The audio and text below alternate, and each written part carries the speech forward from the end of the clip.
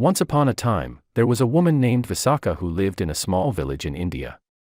Visakha was married and had a young son whom she loved dearly. One day, her son fell ill and despite all her efforts, he passed away.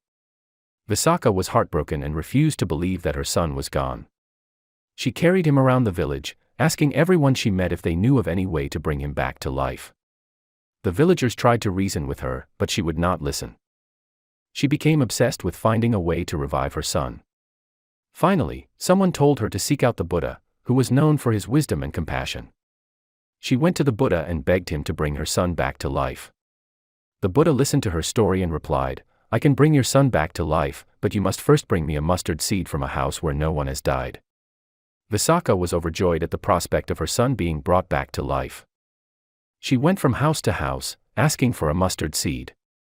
However, at each house, the owners would say, "Yes, we have mustard seeds, but someone has died in our family." Visakha was disheartened and began to realize the futility of her quest. She realized that death was an inevitable part of life and that she was not alone in her grief. She understood that everyone must face loss at some point in their lives.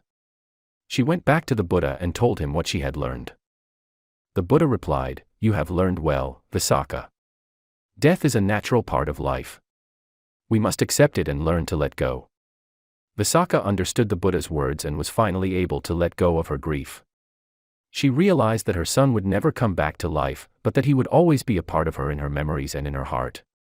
The parable of the mustard seed teaches us the importance of accepting death as a natural part of life. It reminds us that we are not alone in our grief and that we must learn to let go of our attachments. Like Visakha, we too can find peace and acceptance by understanding the impermanence of life and the inevitability of death. In the end, Visakha became a disciple of the Buddha and dedicated the rest of her life to spreading his teachings. She learned that the key to true happiness and peace lies in understanding the nature of suffering and the impermanence of all things. Her story has been passed down through the ages as a reminder that we must all learn to let go and find peace in the face of loss. Thank you for watching. May you have peace and prosperity, and may all your wishes come true.